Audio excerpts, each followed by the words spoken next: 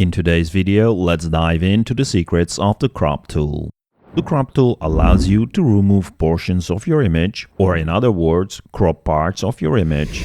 It can be found in the toolbar below the color picker, but can also be enabled by using the shortcut key C from your keyboard. Once enabled, you'll see a grid overlay and control handles on the current canvas. When we enable it, we can either click and drag to define a new crop area or use the handles to resize the active crop. Once we have set a crop area, we can drag inside the crop area to drag it around. If we drag outside the drag area, we can rotate the image within the crop zone. If you want to start over, you can press the escape key to reset back to the initial state. This will allow you to either select an area again or use the handles to define the crop area. To cancel the crop action, we can either press the cancel button on the toolbar or press the C key on the keyboard. Selecting another tool from the tool panel or by its shortcut will also cancel the crop action.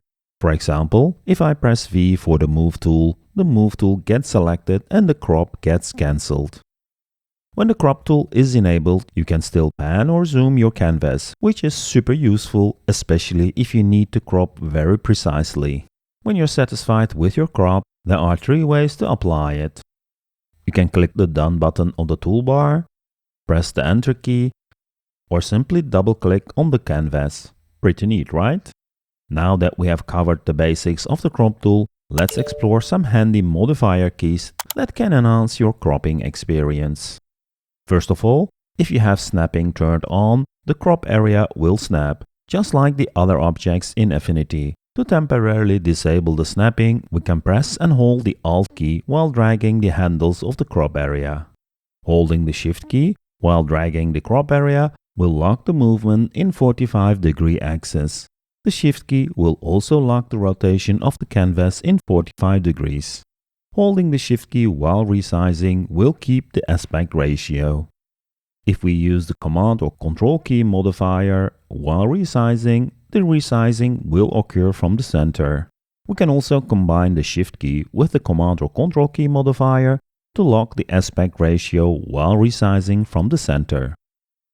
If we're not resizing or moving the mouse, the Command or Control key will hide the grid overlay and enable the Straighten tool. The Straighten tool is pretty cool. It allows us to straighten the image on a line we draw.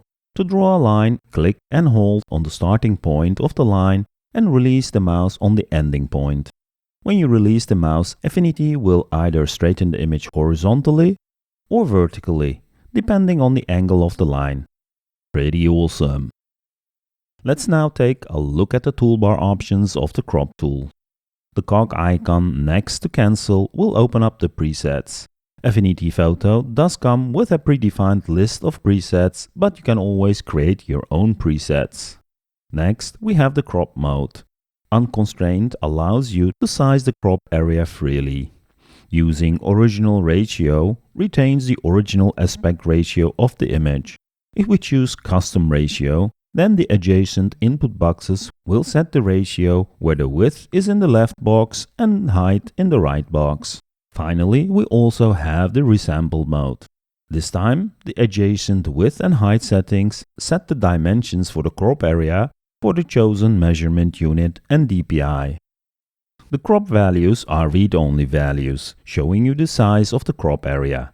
Keep in mind that for the resample type, they are not updated as they are not relevant, as the image will be resampled for the given width and height anyway.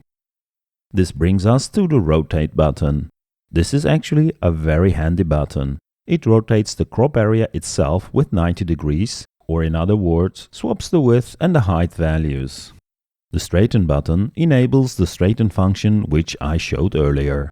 The Overlay drop-down box allows you to use different overlay grids. You can also press the O key to cycle between the available grids.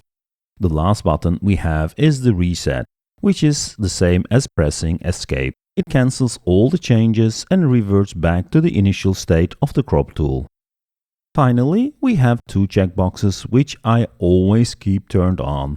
The darken checkbox makes sure that the areas that will be clipped out are shown with a dark overlay, which in my opinion give a better feeling on how the crop will look like. The Reveal checkbox reveals the areas that were previously cropped. The crop tool is non-destructive. It does not really cut off parts of the layers, it just resizes the canvas area of the document. By turning on the Reveal checkbox, it will reveal areas outside of the canvas that were cropped previously or just layers that were too large for the canvas in the first place. I think we covered all the features of the crop tool.